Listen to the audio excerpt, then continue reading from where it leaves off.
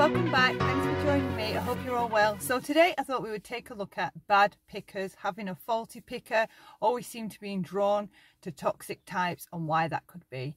Okay, so one reason that could be, if we are adult children with a history of trauma, abuse, narcissistic abuse in our past, what tends to happen is we don't notice red flags as danger, as a warning sign, because of the trauma and the abuse, possible unhealed wounds and everything that goes with that. Maybe undiagnosed PTSD, suffering emotional flashbacks, maybe issues of codependency. We tend to recognize red flags as familiar instead of danger. Okay, so whereas like a healthy child brought up with healthy mum and dad, raised to be an adult, they would understand signs of danger or red flag behavior in others, toxic behavior, because they've been brought up in a all around, mostly for the most part, healthy home. Us children, I mean, it's just a legacy that just keeps on giving all the way through your life. So when we get to adults, we don't recognize red flags as danger. What we recognize those red flags is as familiar. Okay, so you might have heard the type,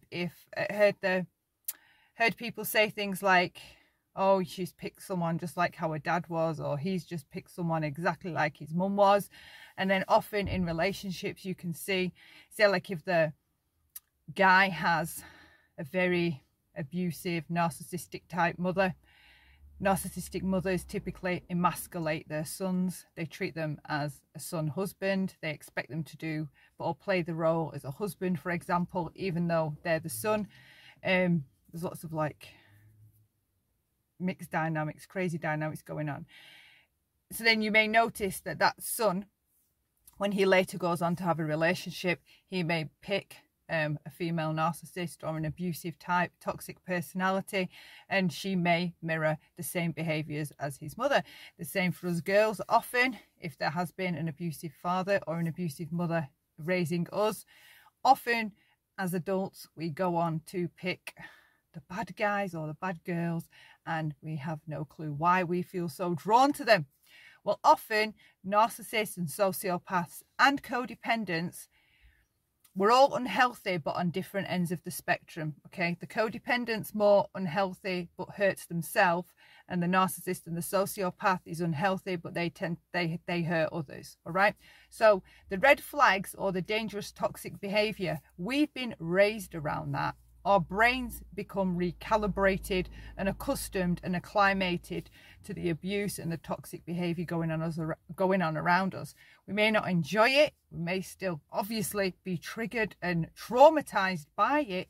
But as adults, that behavior, whereas to somebody healthy, it would be a huge like bonfire of red flags. Often, and I can speak for myself personally here, the red flag behavior in another, in a mate or a partner, it just feels familiar. So if traits start popping up like shouting or using abusive language, calling you the B word, the C word, all kinds of offensive things, you've heard that typically as a child at home. It's not as outrageous as it would be to a child raised in a home where that wasn't heard. So this is where I'm going with the faulty pickers, the bad pickers, being drawn to the toxic types.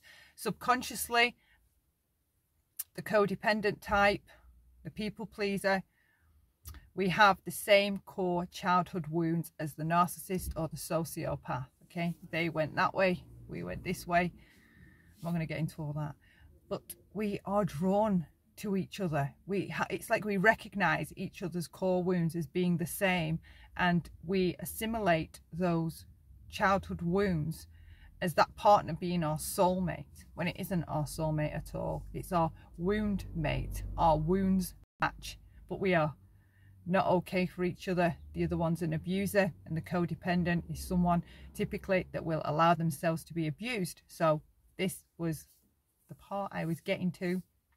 Our faulty pickers, our bad pickers, are being drawn to the wrong types. We don't recognize those red flags as danger, as something to run away from, back away from, leave, get out, go. It just feels familiar. And I know in my case, that for me was true. That's it. That's the video. I hope you're all well. Sorry it's such a bit of a dark topic. I hope you're all having a great week, chilling, relaxing, having fun with your families, doing whatever you want, taking some time for you, being compassionate and kind to yourself. That's most important. Thank you for watching this video. Leave me a like, consider subscribing if you haven't. Maybe leave me a comment, share your thoughts, and I hope to see you soon. Love lots. Bye for now.